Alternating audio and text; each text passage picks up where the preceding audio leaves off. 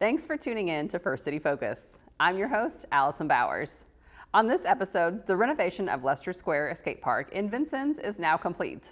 We'll find out how it's going to set skaters up for success for years to come.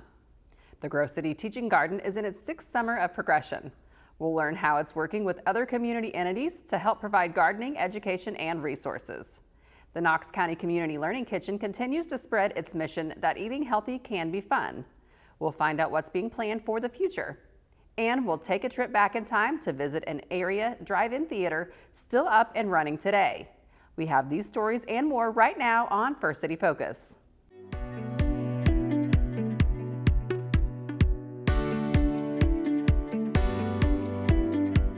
Having quality public parks and facilities is something that communities all over the world work to provide for its citizens. And Vincennes just made another investment for its parks. News director Dave Foster and photojournalist Dave Novak show us the newly renovated Leicester Square Skatepark. A fresh wave of excitement is rolling through town on a brand new patch of concrete.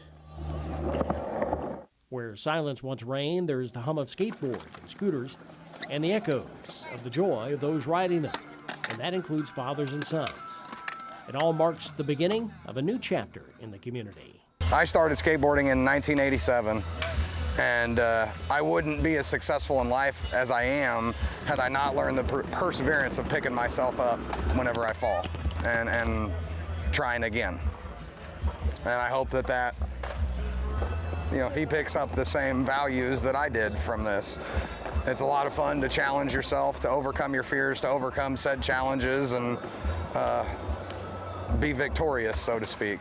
Welcome to Leicester Square Skatepark in Vincennes. Originally opened in 2006, the park featured a metal surface that eventually deteriorated, leading to its closure. And now, just like then, it's community spirit that has led to its creation and renewal. Been here since I was a kid. I think I got here, 15, 16 years old.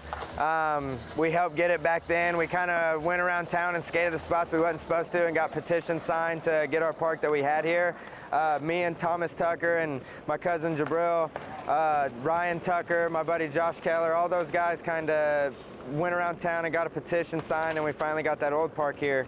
Under a warm August sun, wheels hit the freshly laid pavement as the park's grand opening becomes a bridge between generations, where the young discover the thrill of skating and those who remember the old park relive the joys of their past. It's obviously nothing to this, but it felt like this to us when we were younger, just getting a skate park here, not having to go to Evansville or anywhere. It was our hometown park. It was, even days I didn't feel like skating, it was my comfort zone of being to not worry about everything at home and school or whatever else I was going through. This was a place I could just be happy and chill, The first park I ever skated was here, the old one, which was really rad to see that the town was able to put something together for the people to go to.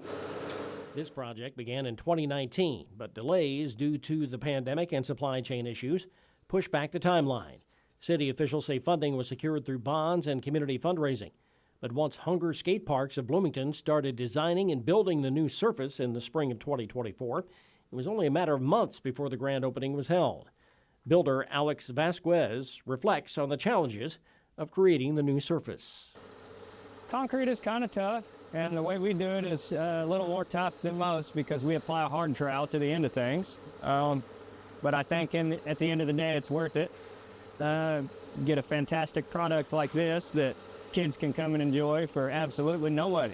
The park quietly opened about a week ahead of the grand opening, and city officials were thrilled to hear glowing feedback from skaters. Because I was out here Thursday night talking to some of the kids, and then I said, how nice is this skate park? And they said, the closest nicest one is Bloomington, Indiana, or Evansville. It's like, wow, and they said, this is better than Bloomington, Indiana. So it's like, wow, to have that caliber in our city and the efforts that we put into doing that it's really great. Leicester Square Skate Park will serve as a hub for both hobbyists and serious skaters, providing a space for practice and hosting competitive events.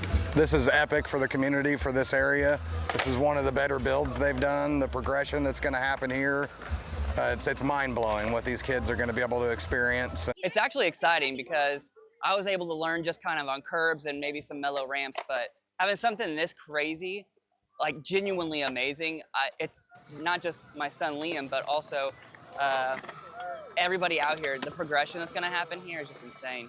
But beyond the tricks and competitions, it's also a place where families come together, where fathers and sons bond over shared passions, and lifelong memories are made as they learn from each other and enjoy the thrill of skating side by side. He stood between my legs and I held his hands above his head when he was just barely old enough to stand. But that's his first complete of his own. He got that for his birthday this year, his 10th birthday. He's been riding off and on though for the last 5. Last 5 years since 2019, I think. Yeah. 2019. How old are you now? 10. Like, I love skateboarding, and just watching him, his eyes like beam when I would just do something simple was so cool. It really felt like I was a proud dad, and now seeing him on his skateboard, learning and struggling, persevering, it's insane. As skaters of all ages carve their paths on this new concrete, Leicester Square Skatepark stands as a testament to the community spirit, where friends and memories are made, skills are honed, and the joy of skating thrives. It just makes me happy that everybody gets something that they enjoy, and just seeing them be able to ride. The best part about it is you can come from anywhere, you can be any race, religion, sexuality, anything. We are all skateboarders, and we all come here, cheer each other on. It's rad. These are friendships that will last forever for sure.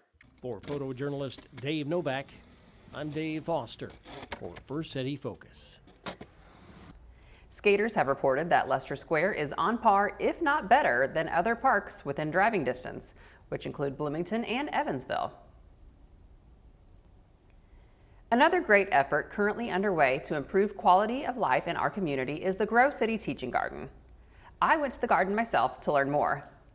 Sometimes having a garden can be an intimidating thing, but the Grow City Teaching Garden is aiming to change that.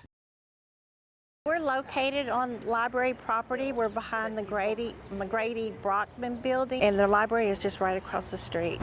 It has been here since early 2019. That was when we started it. This garden has started as a partnership between Knox County Soil and Water and the Knox County Public Library and Purdue Extension, Knox County, and Vincennes University. And once the garden was prepared, it was time to start planting. But where would the seeds come from? And would there be enough seeds to start sharing? Some of our seeds have been donated by longtime seed savers who have some of their favorite varieties that aren't available commercially, and they want to keep them going, and they've donated them to the library.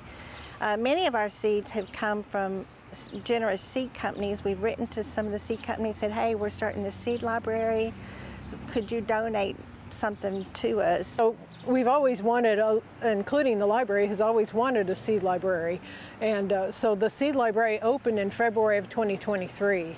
And so we have, one of the main connections is saving seed from this garden to put in the seed library to have it accessible for other people, and also using seed from the seed library and teaching people how to save seed and grow from that. But just how exactly can the community get involved? Well, we offer workshops and work days and classes and things like that through the year. Sometimes we offer them in a series where they can learn from beginning to end different aspects of gardening. And we try to do a lot of hands-on, where we have them actually in here helping, learning how to plant and how to maintain and how to take care of the garden and how to do different things through the year. A garden success story could be a delicious thing, but what happens to the fruits of the teaching garden labor? Now, since the Knox County Community Learning Kitchen has started up, we have a closer relationship with them, and so we can also use the produce in their programs too. The Grow City Teaching Garden has classes on many topics throughout the year, but one of the most important lessons is to never give up. It's a process, you know. You know, don't give up. You know, when you find something you like, and you know it works for you. But it's about experimenting and trying different things, and just keep trying, and it'll happen. For First City Focus and photojournalist Dave Novak, I'm Allison Bowers.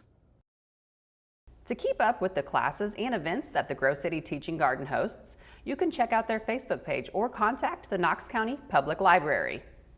And speaking of the library, one of its newest programs is the Community Learning Kitchen. I'm here today with Tiffany Muranaka, who is the coordinator of the Community Learning Kitchen. Tiffany, thanks for joining me today. Oh, thanks for having me. Yeah, I know you were here about a year ago at the very beginning of the Community Learning Kitchen, but for those who haven't heard of it, tell us, what's its mission?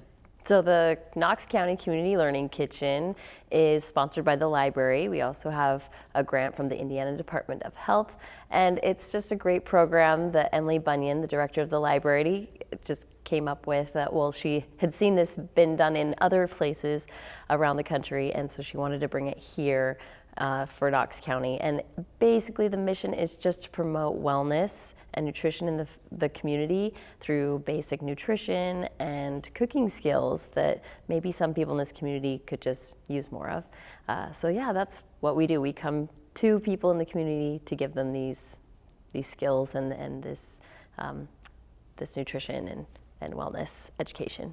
Okay, yeah. We just learned about the Grow City Teaching Garden, and how do you have to use the produce that comes from there, or do you sometimes use it, get it from other places? What do you do with that?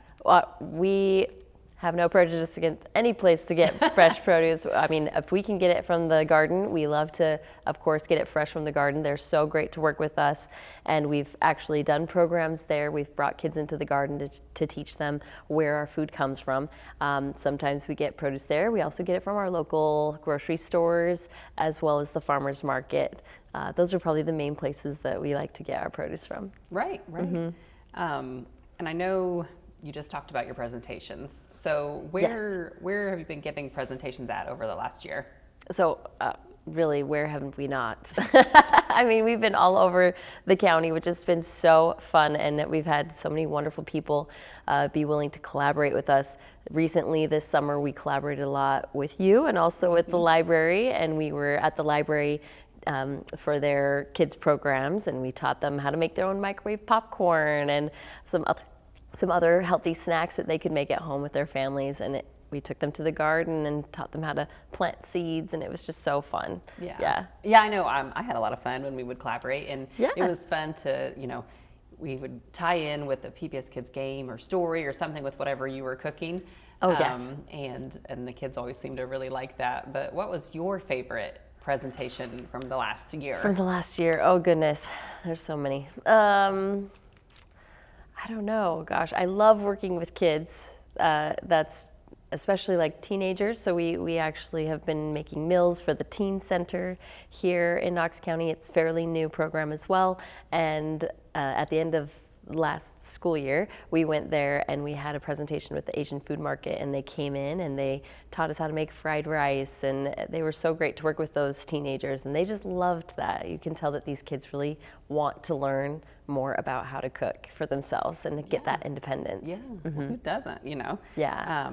I know you post a lot on social media as well, and sometimes you're telling about events, but also you have little tutorials and little quick tips and things like that. And so you're trying to make it accessible to everyone. But do you have plans to do anything different on social media? Or are you going to continue doing what you do? And tell me what that is.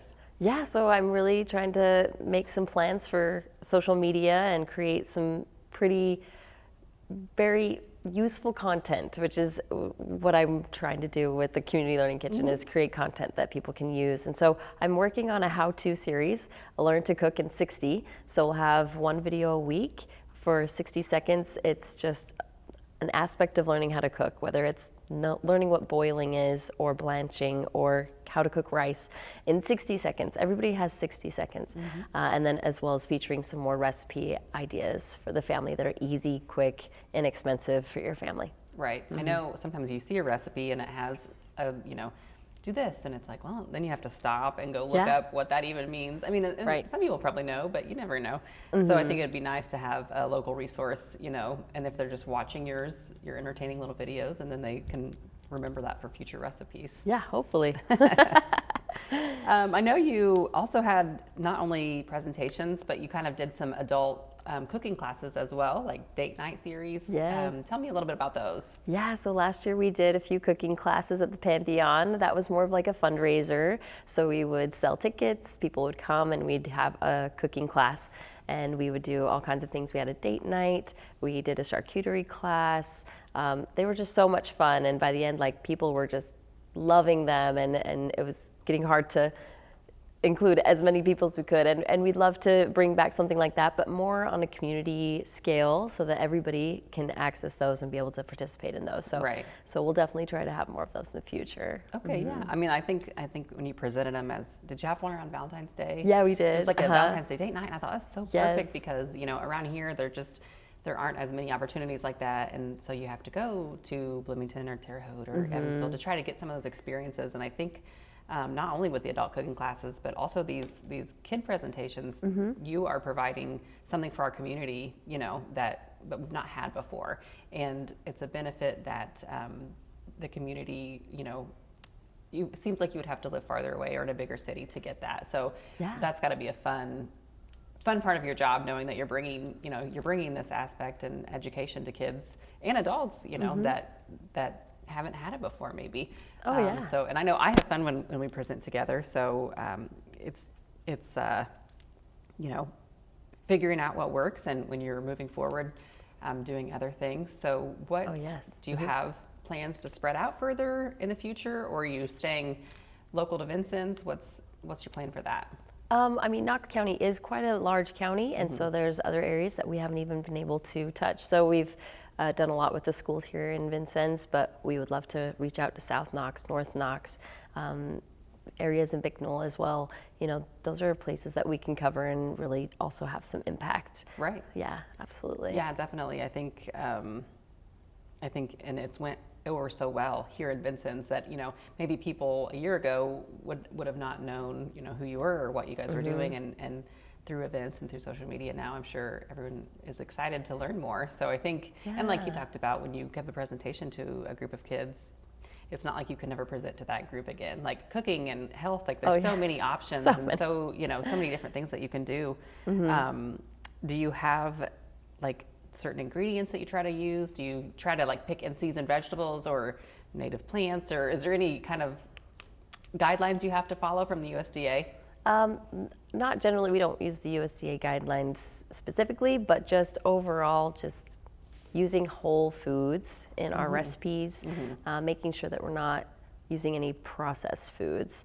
That's our major guideline, and just eating local, fresh produce. We have access to so many local vendors here who sell fresh produce, organic produce, and also just finding those things that are really nutrient-dense foods, high quality proteins, good fats, and just whole grains. Those are really what we really try to focus our recipes around. Absolutely.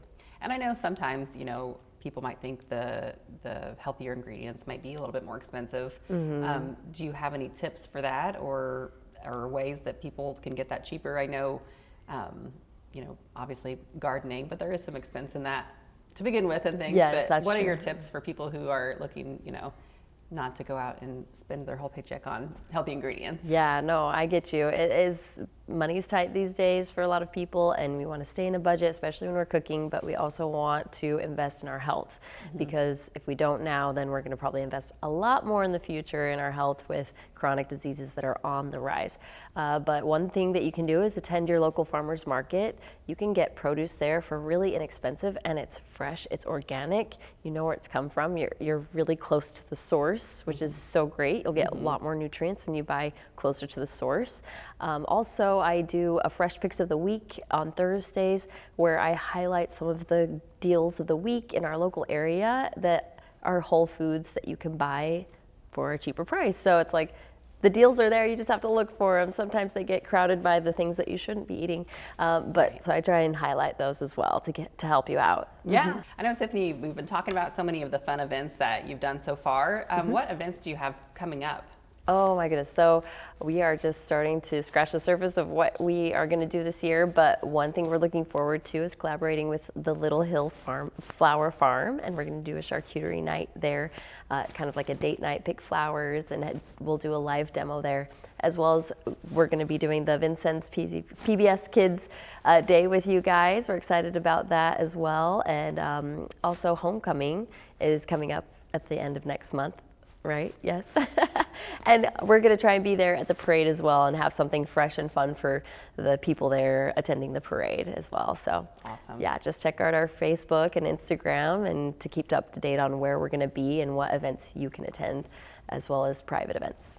Awesome. Okay. Well, Tiffany, thank you for joining me today. Hey, thank you for having me. Learning what you guys do there at the Community Learning Kitchen. And I'm excited to see what you do going forward. Oh, thank you so much, Allison. We appreciate it. For more information or to find the next healthy food preparation presentation, you can find a link on our website. Well, summer is winding down, but there is still plenty of time to enjoy outdoor activities such as cookouts, going to ball games, and even going to an outdoor movie.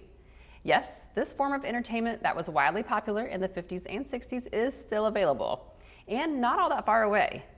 Photojournalist Adam Reithard takes us to Jasper County, Illinois to give us a look. Hi, everybody. I'm Pouchy. Pouchy, It's a step back in time and a unique feature of the Wabash Valley. 6 miles east of Newton, Illinois, along Route 33, sits the Drive-In Theater, an old-fashioned movie-going experience in which, yes, you park your car and watch the movie from your car or the comfort of your lawn chairs, just like the old days. Yes, it's very unique, and we can definitely tell that through our social media. There are a few up in Chicago and one over in Belleville, so those are really big, and we love to interact with all the drive-ins around. But yeah, like you said, there's not too many left, and so it's a really unique experience to have this still around. And then our customers come in, find their spots, park. They can park wherever they would like, and then they can come in to the snack bar and get their favorite snacks and drinks and just kind of play in the yard. That's one of our favorite parts, is our open yard space in the front of the screen where kids can run around and play ball. And so we just really like that aspect. The Newton Drive-In is one of only a few in its region, and the closest drive-in to Vincennes is only 51 miles away. As a result, the theater attracts customers from surrounding counties who enjoy the unique movie experience. Actually, I would say most of our customers are not from the county. It's from a lot of surrounding counties: Effingham, Charleston, Olney, Robinson, Flora even. And I mean, actually I think it was last weekend I was here, I heard somebody drove 4 hours just to come here. We've had people come from Decatur, so they come from all over. Shows begin just after sunset and are displayed on a large screen facing the parking lots. There is a sound system with the audio, but drivers can also listen from their cars on a radio frequency. The drive-in carries new releases on most weekends, with occasional retro evenings featuring classic films. Movies seen at the drive-in this summer include the big hits like Inside Out 2, Despicable Me, and Twisters. I would say definitely that kids' movies do the best here, just because it brings out the entire family, and that's who really enjoys a movie, is young children.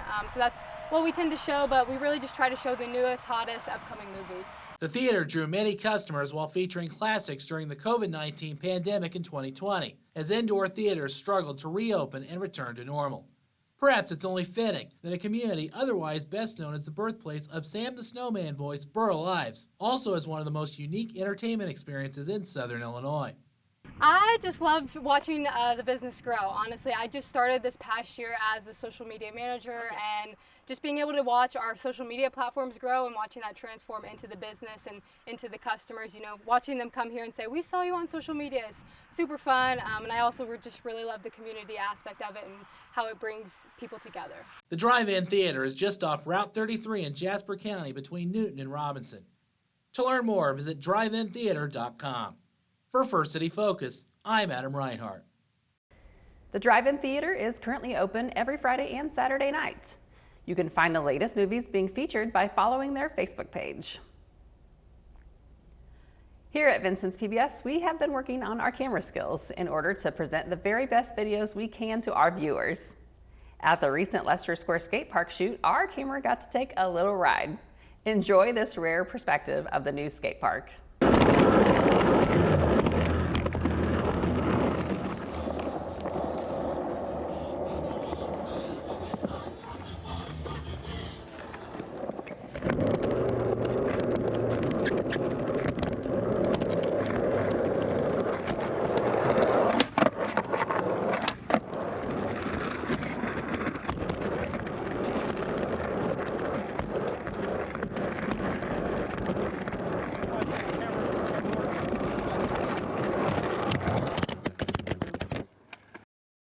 And that's all for this edition of First City Focus. For everyone here at Vincennes PBS, I'm Allison Bowers.